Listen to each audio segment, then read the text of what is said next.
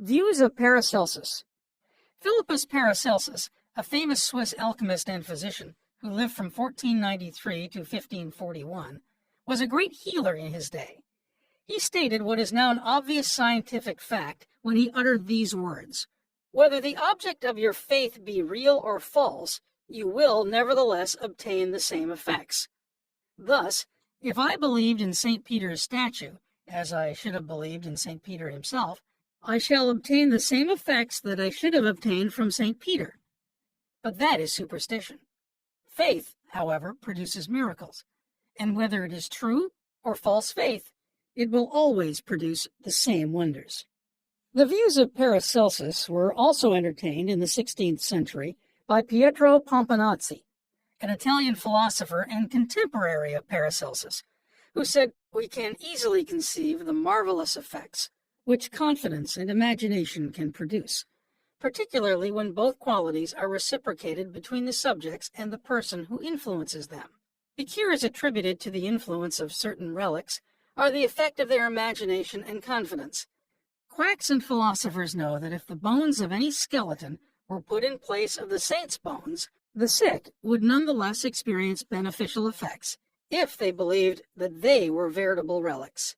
Then, if you believe in the bones of saints to heal, or if you believe in the healing power of certain waters, you will get the results because of the powerful suggestion given to your subconscious mind. It is the latter that does the healing." Bernheim's experiments. Hippolyte Bernheim, professor of medicine at Nancy, France, 1910 to 1919, was the expounder of the fact that the suggestion of the physician to the patient was exerted through the subconscious mind. Bernheim, in his Suggestive Therapeutics, page 197, tells a story of a man with paralysis of the tongue, which had yielded to no form of treatment. His doctor told the patient that he had a new instrument with which he promised to heal him. He introduced a pocket thermometer into the patient's mouth. The patient imagined it to be the instrument which was to save him. In a few moments, he cried out joyfully that he could once more move his tongue freely. "Among our cases," continues Bernheim, "facts of the same sort will be found. A young girl came into my office, having suffered from complete loss of speech for nearly 4 weeks. After making sure of the diagnosis, I told my students that loss of speech sometimes yielded instantly to electricity, which might act simply by its suggestive influence. I sent for the induction apparatus. I applied my hand over the larynx and moved a little and said, 'Now you can speak aloud.' In an instant, I made her say A, then B, then Maria. She continued to speak distinctively. The loss of voice had disappeared." Here, Bernheim is showing the power of faith and expectancy on the part of the patient, which acts as a powerful suggestion to the subconscious mind. Producing a blister by suggestion. Bernheim states that he produced a blister on the back of a patient's neck by applying a postage stamp and suggesting to the patient that it was a fly plaster.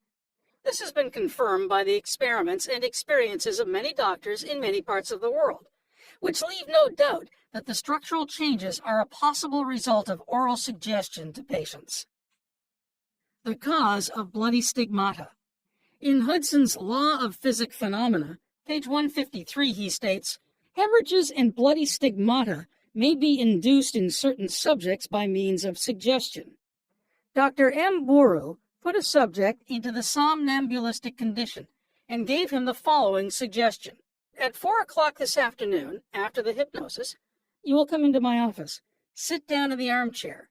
Cross your arms upon your breast, and your nose will begin to bleed." At the hour appointed, the young man did as directed. Several drops of blood came from the left nostril. On another occasion, the same investigator traced the patient's name on both his forearms with the dull point of an instrument. Then, when the patient was in the somnambulistic condition, he said, "At 4 o'clock this afternoon, you will go to sleep, and your arms will bleed along the lines which I have traced, and your name will appear written on your arms in letters of blood." He was watched at 4 o'clock and seen to fall asleep. On the left arm, the letters stood out in bright relief, and in several places there were drops of blood. The letters were still visible 3 months afterward, although they had gradually grown faint. These facts demonstrate at once the correctness of the two fundamental propositions previously stated, namely, the constant amenability of the subconscious mind to the power of suggestion and the perfect control, which the subconscious mind exercises over the functions, sensations, and conditions of the body. All the foregoing phenomena dramatize vividly abnormal conditions induced by suggestion, and are conclusive proof that as a man thinketh in his heart, subconscious mind, so is he. Healing points in review. 1. Remind yourself frequently that the healing power is in your subconscious mind. 2. Know that faith is like a seed planted in the ground. It grows after its kind. Plant the idea, seed, in your mind, water and fertilize it with expectancy, and it will manifest. 3. The idea you have for a book, new invention, or play is real in your mind. This is why you can believe you have it now. Believe in the reality of your idea, plan, or invention, and as you do, it will become manifest. 4. In praying for another, know that your silent inner knowing of wholeness, beauty, and perfection can change the negative patterns of the other's subconscious mind and bring about wonderful results. 5. The miraculous healings you hear about at various shrines are due to imagination and blind faith, which act on the subconscious mind, releasing the healing power. 6. All disease originates in the mind. Nothing appears on the body unless there is a mental pattern corresponding to it. 7. The symptoms of almost any disease can be induced in you by hypnotic suggestion. This shows you the power of your thought. 8. There is only one process of healing, and that is faith. There is only one healing power, namely your subconscious mind.